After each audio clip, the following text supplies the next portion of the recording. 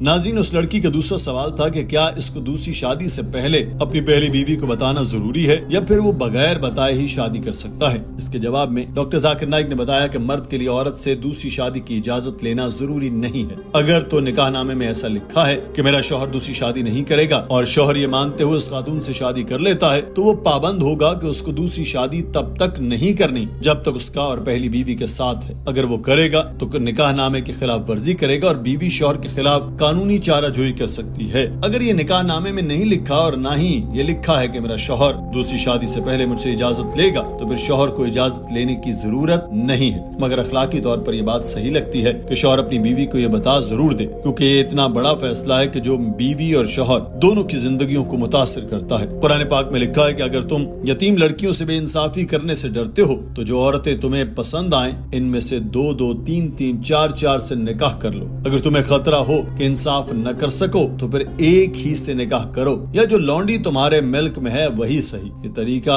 بے انصافی سے بچنے کے لیے زیادہ قریب ہے، اور منطقی اعتبار سے یہ دیکھیں تو دوسری شادی کے لیے پہلی بیوی کو بتانا ضروری ہے، کیونکہ اگر نہیں بتائیں گے تو پھر آپ قرآن پاک کی اس آیت کی شرط کیسے پوری کر سکتے ہیں جس میں کہا گیا کہ انصاف کرو؟ ہو سکتا ہے آپ اپنی بیوی کو یہ کہہ کر جائیں کہ میں دفتر جا رہا ہوں، دوسرے شہر جا رہا ہوں، اور وہاں سے اپنی دوسری بیوی کے پاس چلے جائیں، تو آپ نے تو جھوٹ ہی بولا نا۔ As the Quran says in Surah Nisa, chapter number 4, verse number 3, marry women of your choice in 2s, 3s or 4s, but if you can't do justice, marry only one.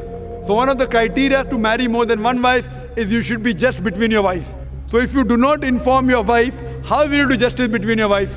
Maybe you'll tell lies that I'm going for office work, I'm going out of Bombay, you may not go. So therefore, if you marry a second wife, taking permission is not a must, it's not compulsory, but at least inform her so that you can do justice between both your wives. Doctor Zakir Naik نے یہاں اس لڑکی کو اس موضوع سے متعلق مزید سمجھاتے ہوئے کہا کہ 4 شادیوں میں کوئی مذائقہ نہیں ہے، کیونکہ سائنسی طور پر اگر آپ ریسرچ کریں تو دنیا میں عورتوں کی تعداد مردوں سے کہیں زیادہ ہے۔ ہر مرد ایک ہی شادی کرے گا تو پھر بھی دنیا بھر میں کروڑوں خواتین بغیر شادی کے رہ جائیں گی، جن کے پاس دوسری شادی یا پبلک پراپرٹی بننے کے سوا کوئی اور راستہ نہیں ہوگا۔ اور ایک اچھی مسلمہ یہی چاہے گی کہ اس کی مسلمان بہن پبلک پراپرٹی نہ بنے، اس کی سوتن بن جائے، تاکہ اس کو عزت، احترام اور مرتبہ ملے، ساتھ میں شوہر کا نام بھی ملے۔ ناظرین، آج کی ویڈیو کے بارے میں آپ کی رائے کیا ہے؟ کمنٹ سیکشن میں ضرور آگاہ کیجیے۔ اپنا خیال رکھیے۔ اللہ حافظ۔